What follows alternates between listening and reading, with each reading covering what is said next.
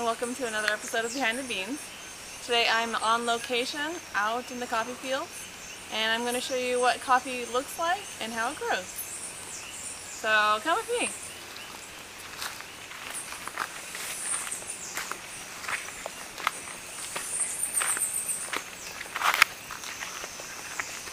Alright, here's an example.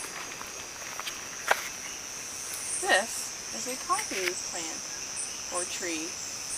This is of the Arabica variety, and as you can see it grows pretty tall. They can grow up to about 20 feet tall. So as you can see, there's a good amount of red cherry on this tree, and red signifies that the cherry is ripe.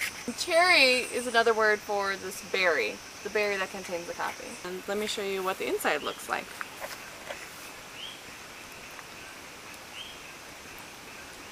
This part here is called the pulp. You don't actually use it to make coffee, but we actually are trying to use this to make some moonshine right now. These are the coffee beans. As you can see, there's 2 beans in a coffee cherry, and it's really slimy, and the slimy part is called the mucilage. And the mucilage is actually the tastiest part. Just to show you.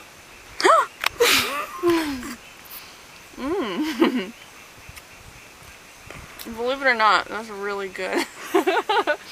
All the sweetness, or most of the sweetness, is in this slimy part. Even this part's edible. That's good too. We have some really tasty coffee here. It tastes absolutely nothing like coffee, but it's still really, really good, believe it or not. Most people have no idea that you can eat these things. I might have another. Oh my god, this one has 3! Woo! It's a coffee miracle! A rare and wonderful thing. And we caught it live.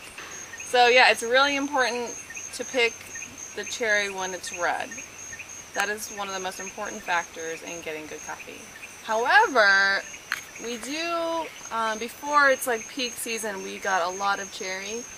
We end up selling our first round of crop, so when it's not quite as good. So all these green and yellow and brown colors, we sell off. We sell it off to the nearby beneficiados, and that coffee, which is much lesser quality, goes into your lesser, I don't know.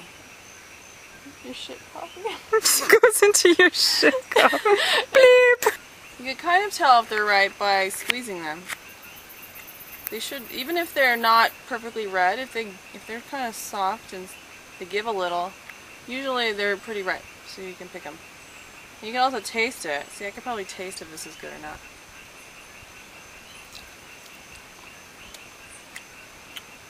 See, that is so not good.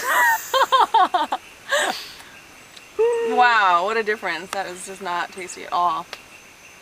So, as you can see, it's not uncommon to actually be eating these while you're working in the field and picking coffee.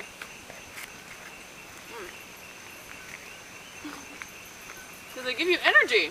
And that's actually how coffee was discovered, because there was a shepherd in Ethiopia and his goats out in the field, and the goats started eating the coffee and got all hyper. And that's how they figured out that there was a magical plant called coffee.